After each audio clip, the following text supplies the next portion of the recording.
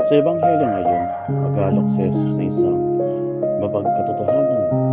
Huwag ninyong isipin na naparito ako upang magdala ng kapayapaan sa lupa. Naparito ako upang magdala ng hindi ng kapayapaan, kundi ng tabak. Sa unang tingin, salungat ito sa wangis ni Kristo ng prinsipe ng kapayapaan.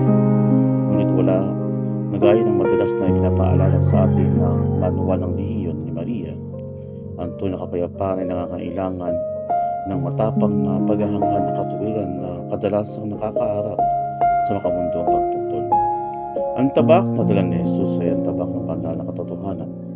Pag sinasabuhay natin ang Ebanghelyo, ang ating mga pinahalagan ay mismo o minsan sumasalangat sa mga kultura o maging sa mga pinakamalapit sa atin. Hindi tayo gumagamit ng sandata ng pagkawasa kundi ng espiritual ng tabak ng banal na espiritu.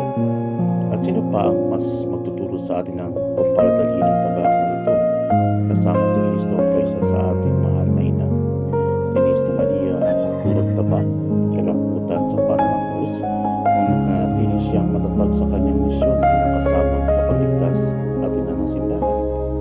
Ipinalangin natin ngayon na may kababaang loob na tayo ay gabayan ng Mahal na Birhen sa mga kalungkutan ng lakas ng loob, na huwag umiwas sa mahirap na hinihingi ng pagiging disipulo at sa biyayang magdadala ng liwanag at aliw sa bawat tahanan ng ating pinapasok.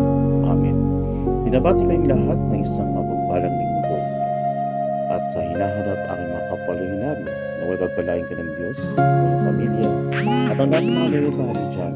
Ave Maria, pagpalain tayong lahat para sa 15 linggo sa kalimang panahon. Ave Maria, ingat mga layunin.